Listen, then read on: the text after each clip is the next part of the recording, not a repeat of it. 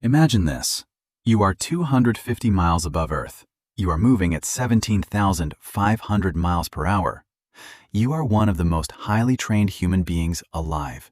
Years of physical conditioning, psychological testing, academic study, mission simulations.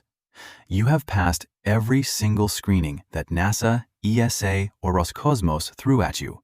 And every morning, when the alarm goes off inside that tiny crew cabin, you don't want to get up. Not because you're tired, not because the mission is boring, not because you don't love what you do, but because something inside you, something invisible, something you can't name, something that has no business being in this spacecraft, has quietly convinced you that nothing matters, that you're going through the motions, that you're hollow. You still eat your meals, you still run your experiments, you still talk to your crew with a smile, you still send video messages back to your family on Earth. You laugh in those videos, did you notice? You actually laugh, and nobody knows. This is not a story I'm making up. This is what researchers, astronauts, and psychologists now call one of the most dangerous and least discussed mental health crises in human spaceflight, and increasingly one of the least discussed crises among high achievers right here on Earth. It's called high-functioning depression, and today we are going all the way in. Welcome back to the channel. If you're new here, I'm glad the algorithm brought you to this video, because what we're talking about today could genuinely change your life or the life of someone you love. Before we dive in, I want to ask you something. Raise your hand, or just think about it. If you know someone who seems totally fine on the outside, they go to work, they pay their bills, they work out. Maybe they're even successful by every measurable standard. But you know, or maybe they know, that something underneath isn't right. Yeah, that's what we're talking about today. Now I know what you might be thinking. Why astronauts? What does this have to do with ME? And here's the twist, because this entire video is built on a controversial premise. Astronauts are the perfect case study for understanding high-functioning depression in regular life. Not because they're special, but because the conditions they face, isolation, high performance pressure, loss of identity, disconnection from loved ones, the illusion of control, are conditions that millions of Americans face every single day, just without the spacesuit. So we're going to use the astronaut experience as a lens to understand what high-functioning depression actually is, what it does to your mind and body, why it's so dangerous precisely. Because it looks fine from the outside, and then, critically, what you can actually do about it. No fluff, no toxic positivity, no just think happy thoughts. Real, evidence-based information delivered in a way that might actually stick. Let's go. Let's start with the basics, because most people have this completely wrong. When most Americans think of depression, they picture something dramatic. Can't get out of bed, can't shower, crying all the time, no job, no relationships, no function. High-functioning depression laughs at that image. Clinically, it often aligns with what's called persistent depressive disorder, or dysthymia. It's a chronic, low-grade depression that can last for years, sometimes decades. And its most insidious feature? It lets you keep going. You function, you perform, you achieve. But the whole time, there's a gray film over everything. Joy is muted. Meaning feels borrowed. You're doing the right things for reasons that have stopped feeling real. Now here's where the astronaut parallel hits hard. NASA's psychological research, particularly work coming out of long-duration missions to the International Space Station, has identified what they call third-quarter phenomenon. This is a well-documented dip in crew morale, motivation, and psychological well-being that hits during the third quarter of a long mission. The astronaut is not in crisis. They're still performing, still completing tasks, but internally, they're running on fumes. The novelty is gone. Home still feels impossibly far. And the mission, which they trained their entire career for, starts to feel like a machine they're just feeding. Sound familiar? Replace mission with career, or relationship, or life. The pattern is almost identical. Key symptoms to watch for, in astronauts and in yourself. 1. Emotional flatness. Not sadness exactly. More like a dimmer switch turned low on everything. 2. Anhedonia. That's the clinical term for losing pleasure in things you used to enjoy. Your crewmate makes a joke and you smile, but nothing registers. 3. Cognitive fatigue. Decision-making becomes harder. Not because you're stupid, because your brain is burning through extra energy just maintaining the baseline. 4. Social withdrawal while maintaining performance. You show up to every mission briefing. You just stopped talking more than necessary. 5. A quiet, persistent sense that something is wrong. Not a crisis, just a hum. Like a fluorescent light that's always slightly flickering. Here's the controversial question I want you to sit with for a moment. Is high-functioning depression actually more dangerous than classic depression? I know. That sounds backwards, but hear me out. When someone experiences a severe depressive episode, they fall. They hit a visible bottom. People around them can see it. Medical intervention becomes available because the crisis is legible. It's recognizable. High-functioning depression never falls. It never stops. It just continues. Quietly. Under the surface. While you collect achievements, maintain relationships, and convince the world, and yourself, that you're fine. NASA psychologist Dr. Nick Kanas, one of the world's leading experts on space psychology, has written extensively about how the greatest psychological risks in long-duration spaceflight are not acute crises. They're the slow erosion of well-being that never quite triggers alarm bells. The astronaut who is technically performing but emotionally deteriorating. And the most terrifying part, the astronaut's own brain is working against them. High achievers, astronauts, surgeons, executives, military personnel, have built their entire identity around being the person who handles things. Being the person who is fine. The idea of admitting that something is wrong feels like a fundamental threat to who they are. So they don't admit it. They adapt. They compensate. They push through. Until the mission ends, until retirement comes, or the kids leave, or the relationship ends. And suddenly, without the performance to hide behind, the bottom drops out. That's when the crisis finally becomes visible. But years, sometimes decades, have already been lost. Now, let's get into something that spaceflight reveals about depression that most people don't think about. Isolation. An astronaut on the ISS is surrounded by crewmates 24 hours a day in a space roughly the size of a 6-bedroom house. They talk constantly. They complete tasks together. By every external metric, they are not alone. But here's what the research shows. The psychological experience of isolation can be completely disconnected from the physical reality of isolation. An astronaut can feel profoundly, devastatingly alone, surrounded by people, because the connection they need is absent. Connection to family. Connection to a sense of home. Connection to the version of themselves that existed before the mission. Connection to meaning that feels chosen rather than assigned. Does that sound familiar? How many people do you know? How many people are you, sitting in an office, or at a dinner table, or scrolling through social media at 2 a.m., surrounded by people, technically connected to thousands, and feeling utterly, completely alone? High-functioning depression feeds on exactly this kind of invisible isolation. It doesn't need solitude. It thrives in crowds. Because the very high-functioning nature of the condition, the smile, the performance, the achievement, creates a wall between the person experiencing it and any real human connection. You can't reach someone who's showing you their highlight reel.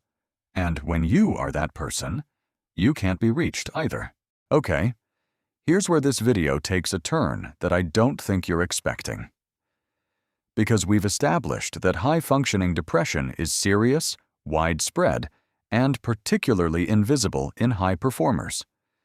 You might be waiting for me to say, so just go to therapy, take medication, practice self-care, and those things matter, and we'll get to them.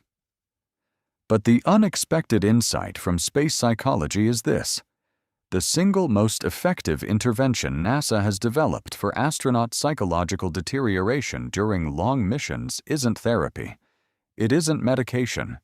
It isn't even additional communication time with family back home. It's meaning reconstruction. Let me explain what that means, because it's more radical than it sounds. NASA researchers, and particularly the work of psychologist Lawrence Palinkas, who has studied both Antarctic isolation and spaceflight environments, found that psychological deterioration in isolated, high-performing environments is most strongly predicted by one factor: whether the individual still connects their daily activities to a sense of genuine, personal meaning. Not institutional meaning, not the mission patch on their arm, not the fame, or the history books, or what it means for humanity. Personal meaning, the kind that lives in the body, the kind that gets you out of the sleeping bag in the morning because you want to, not because the schedule says so. When that personal meaning erodes, which it does, slowly, invisibly, in exactly the way that high-functioning depression works, performance can stay high for a surprisingly long time, but the person is already gone. The intervention that works is not treating symptoms. It's rebuilding the story the person is telling themselves about why their life matters. Today, not when they get home, not when the mission ends. Right now. And here's the thing that should shake you a little. That's not just a space problem. Research from positive psychology, Martin Seligman's PERMA model, Viktor Frankl's work on meaning and survival, even modern ACT therapy, all converges on the same fundamental point. The most predictive factor in long-term psychological well-being isn't the absence of negative events. It's the presence of a felt sense of meaning. High-functioning depression is, at its core, a meaning crisis wearing a competence costume. So what does the brain actually look like under high-functioning depression? And what does recovery look like? Neurologically, chronic low-grade depression is associated with suppressed activity in the prefrontal cortex, the part of your brain responsible for planning, decision-making, and connecting actions to future rewards. It's also linked to dysregulation in the dopaminergic reward system, which is why things that used to feel good just don't. The brain isn't broken, but it's running a loop that's optimized for survival, not thriving. And in a high-performance context, like a space mission or a demanding career, you can sustain that loop for a very long time before the system starts to visibly degrade. Recovery, neurologically, involves doing something counterintuitive. You have to start before you feel like it. Because motivation doesn't come before action in depression, it comes after. Waiting to feel motivated is like waiting for the engine to warm up before you put in the fuel. This is what NASA's behavioral health team drills into astronauts. Don't wait for the feeling. Build the structure. Take the small action. Let the feeling follow. The science backs this up. Behavioral activation therapy, one of the most evidence-supported treatments for depression, works precisely by breaking the withdrawal cycle. Not by forcing positive thinking, but by gently, systematically re-engaging with behaviors that historically produced meaning, connection, or pleasure, even when it feels like going through the motions. Because here's the neurological reality. Going through the motions is how you rebuild the circuitry. Every small action that's consistent with your values, your sense of self, your connection to others, even when it feels hollow, is a deposit into an account that depression has been quietly draining. I want to take a moment to step out of the information and talk to you directly, because I've been describing astronauts this whole video, and I've been drawing the parallel to everyday life. But I think some of you watching this, maybe a lot of you, know exactly what I'm talking about, not because of the ISS, but because of your own life. You're the person who has it together. Or at least, that's what everyone thinks. You show up, you perform, you check the boxes, and somewhere along the way, you stopped being sure why any of it matters. You're not suicidal. You're not in crisis. You're just gray, competent, and gray. And the fact that you're competent makes it worse because it removes every excuse to stop and actually look at what's happening inside you. There's a reason astronauts are uniquely vulnerable to this, and there's a reason you might be. High performers, people who are driven, capable, conscientious, are often the worst at recognizing their own distress signals because they've spent their entire lives overriding those signals. Pain in training? Push through. Fear before launch? Compartmentalize. Loneliness at 250 miles altitude? Focus on the mission. Those coping mechanisms are extraordinary. They're also, in the long run, lethal to your inner life. Here's the uncomfortable truth that space psychology keeps bumping into, and that mental health research keeps confirming. You cannot perform your way out of an internal crisis. You cannot achieve your way to okayness. You cannot succeed past the need to be human. And being human means being a person who sometimes needs help, who sometimes is not fine, who sometimes has to stop, put down the mission patch and say, to themselves, to someone they trust, to a professional, something is wrong, and I don't want to just keep running from it. NASA has a saying in their behavioral health program, and I think it's one of the most quietly radical things I've ever heard in the context of mental health. Your psychological health is mission critical. Not a nice to have. Not something you deal with after you get back. Mission critical. Because a crew member who is psychologically deteriorating is a safety risk, a judgment risk, a mission risk. You cannot separate the human from the performance. Your life is also a mission, and your psychological health is also mission critical. Not for performance reasons, not because you need to be productive, but because you matter. The internal experience of your life matters, and you deserve to actually feel it, not just manage it. So what do you actually do?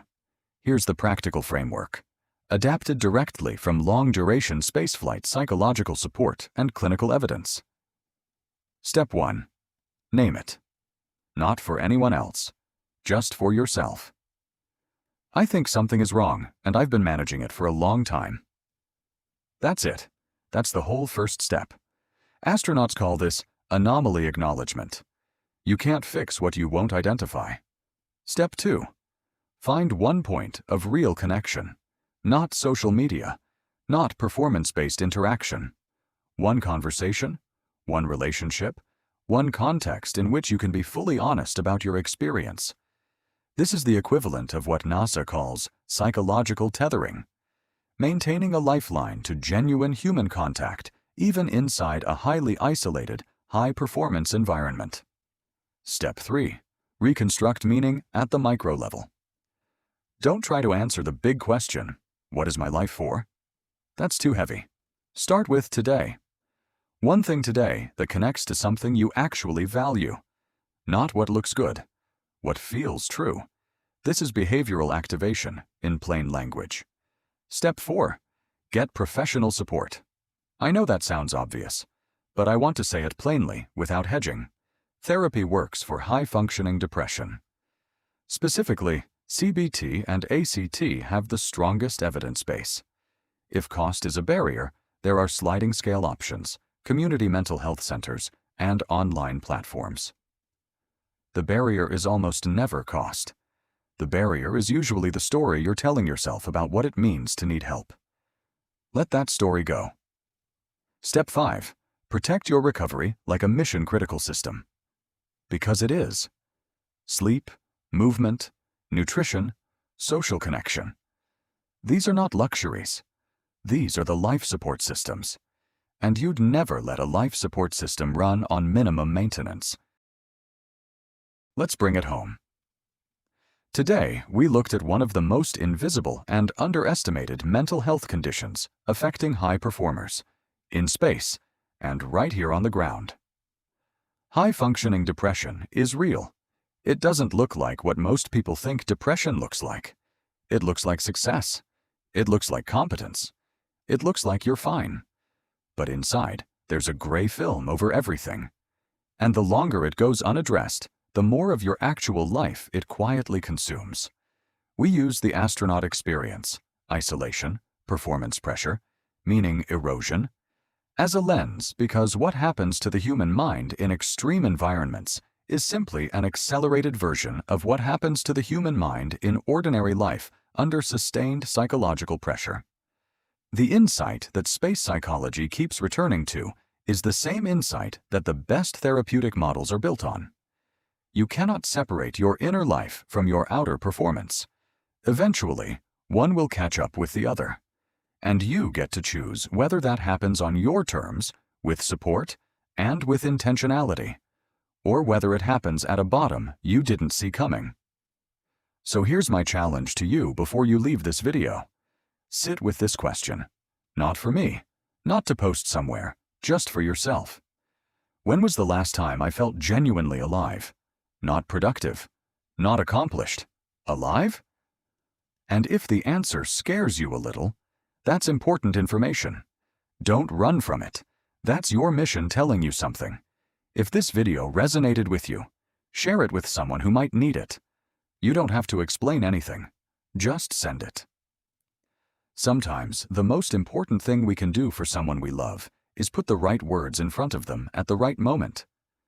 If you want to go deeper on the science of psychological resilience, meaning-making, and how to rebuild after long periods of invisible strain, subscribe.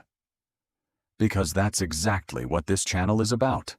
And if you're in a place right now where today's video felt less like a YouTube topic and more like someone reading your mail, please reach out to a mental health professional.